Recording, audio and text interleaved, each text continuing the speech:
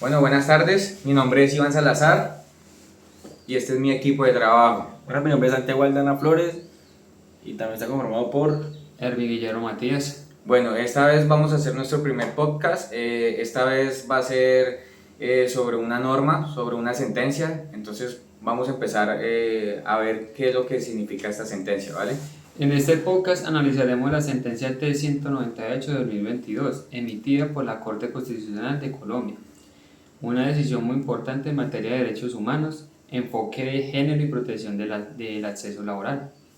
Bueno, a lo largo de este podcast hablaremos sobre el espacio estudiado por la Corte, las fallas en la prevención del acoso laboral dentro de las organizaciones de importancia debido al proceso cuando una mujer denuncia violencia o discriminación dentro de su área de trabajo. Bueno, también vamos a abordar diferentes propuestas de intervención desde nosotros que somos de seguridad y salud en el trabajo y realizaremos unas reflexiones críticas sobre la aplicación.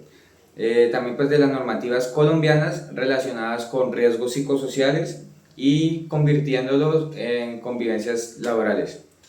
Este tema es relevante porque actualmente muchas situaciones de violencia laboral continúan siendo invisibilizadas o minimizadas, afectando la salud mental, emocional y física de las víctimas.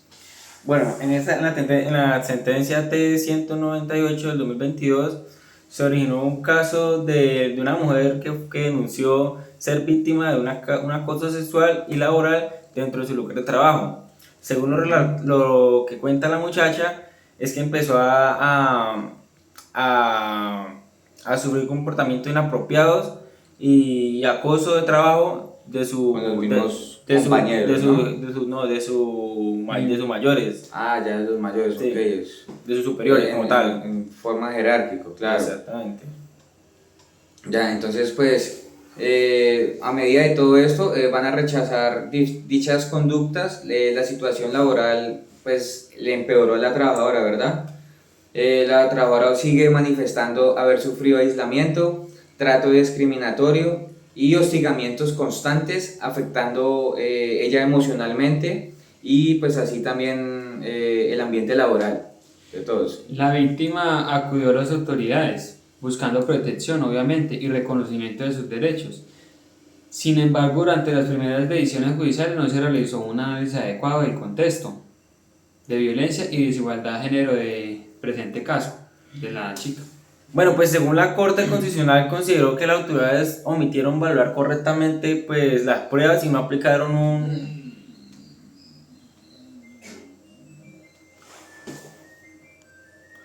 bueno, no aplicaron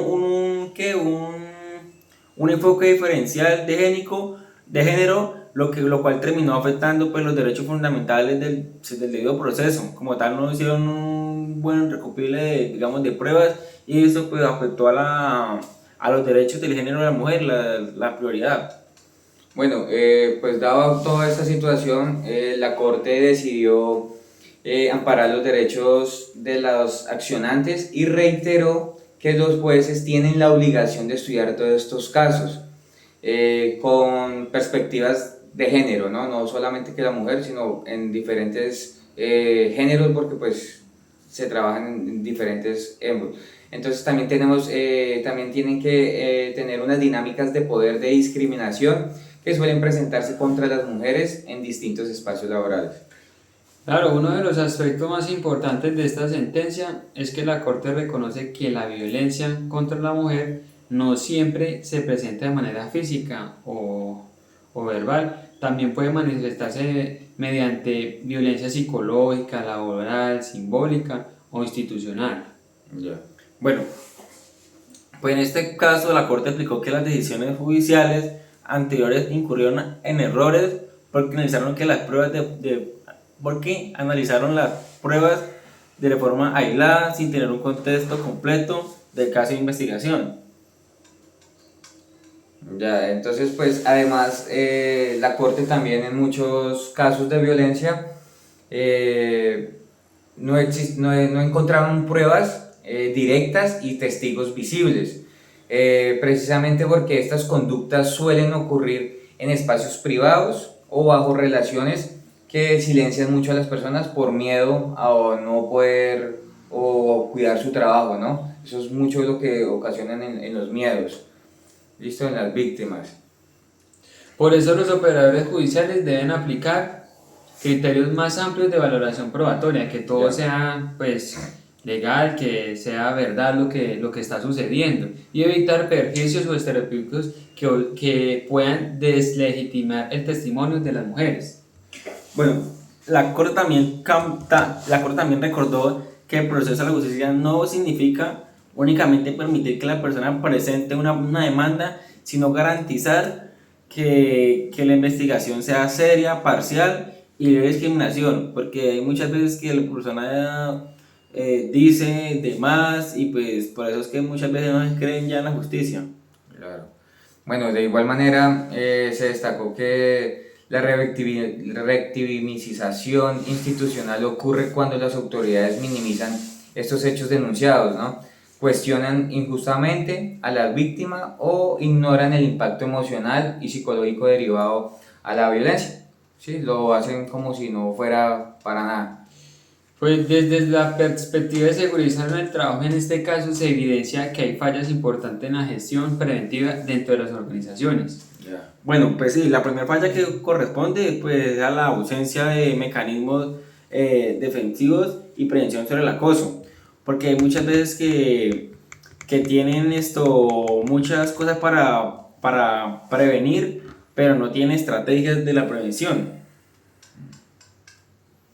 Bueno, pues creo que esto va a generar que los ambientes laborales sean inseguros, donde las víctimas van a seguir sintiendo miedo y miedo a denunciar por temor a lo que decía yo antes, a represalias, a despidos o afectaciones en su estabilidad laboral, ¿no? Ese siempre va a ser el miedo de cualquier víctima y por eso ocultan muchas cosas de eso. Sí, señor, y otra falla importante fue la deficiente identificación de riesgos psicosociales, el ambiente de presión, hostigamiento y discriminación que afectó directamente la salud mental y emocional de la trabajadora. Sí, claro. Bueno, en seguridad y salud en el trabajo, los factores psicosociales incluyen aspectos como el estrés laboral, el acoso, la carga emocional y las relaciones conflictivas dentro del entorno de trabajo. Lo que decía el compañero, ahí ya todo se va a manipular. Claro. Sí, eso es así, ¿no? Eso por la carga emocional y todo, entonces las relaciones, pues, todo va a ser así en diferentes partes del trabajo. Pero pues cuando estos factores no son gestionados adecuadamente, pueden generar ansiedad, depresión, agotamiento emocional, disminución en el rendimiento laboral incluso, y afectaciones en la calidad de vida personal ya de la vida fuera del trabajo. Claro, sí, señor, también podemos identificar fallas en la cultura organizacional y en algunos entornos laborales que todavía existen prácticas machistas o autoritarias que normalizan las conductas ofensivas hacia las mujeres. Bueno, también la falta de sensibilidad y capacitación sobre la violencia del género. Claro. La verdad, falta eso contribuye mucho a los trabajadores y directivos que reconocen cuando existe realmente el acoso laboral y discriminativo. Muchas veces todas las Concientizar personas... que concienticen ellas mismas. Exacto, lo ven como una recoche, como un juego, como que no, acá no lo van a hacer, pero pues, finalmente otro problema evidente fue la insuficiencia de la actuación. También la víctima se va a proteger de manera temprana, lo cual permite que la situación continuará y genera mayores afectaciones, ¿no? Claro, sí, señor. Entonces acá vamos a tener como unas propuestas de intervención a todo lo que son las problemáticas en estos casos, ¿no? Bueno, compañeros, frente a estas problemáticas es necesario implementar medidas de intervención fundamentadas en modelos teóricos de prevención y promoción en ambientes laborales saludables. Okay. Bueno, también desde el modelo de intervención primaria de seguridad y salud en el trabajo, la prioridad debe tener en prevenir la aparición de riesgos psicosociales ante que tenga cualquier inconveniente de daños para la salud de los trabajadores. Bueno, pues para ello las organizaciones deben desarrollar programas permanentes en la capacitación sobre el acoso laboral, violencia de género, comunicación asertiva y la resolución pacífica de arreglar todos estos conflictos. Igualmente se recomienda realizar las evaluaciones periódicas de riesgo psicosocial mediante encuestas o programas pues, que nos ayuden, entrevistas, seguimiento indicadores relacionados con el clima laboral y el bienestar emocional. Bueno, también desde el enfoque organizacional internacional de trabajo, también se proponen fortalecer culturas organizacionales basadas en la dignidad humana, la igualdad y la prevención de cualquier tipo de violencia. Y además no sobra el acompañamiento psicológico para estas personas, y no solamente el psicológico, sino también el jurídico para las víctimas. Resulta fundamental para reducir el impacto emocional y garantizar procesos adecuados de atención y de protección. En Colombia existen normas importantes relacionadas con la prevención del acoso laboral y la protección de la salud mental en el trabajo. Bueno, entre una de ellas encontramos la ley que es la 1010 del 2016 que busca, de 2006 que busca prevenir y corregir y sancionar el acoso laboral, así como la resolución 2646 del 2008 que era relacionada con la gestión del riesgo psicosocial.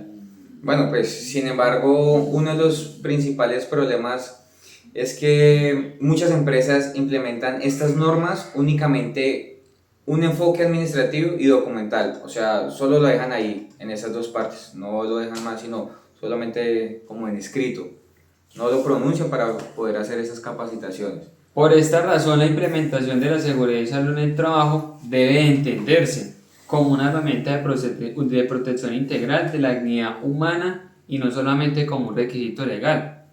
Bueno, también como ya por último, por darse para darle a entender, es que la sentencia T-198 del 2022 representa un avance importante en el reconocimiento de la violencia de género dentro de los espacios laborales y judiciales en Colombia, para que las personas sean más conscientes ahorita en día de cuando un compañero está sufriendo de un acoso laboral. Sí, pues dejamos un poquito más de conciencia. Bueno, también esta necesidad nos va a fortalecer los mecanismos de prevención y en el acoso laboral.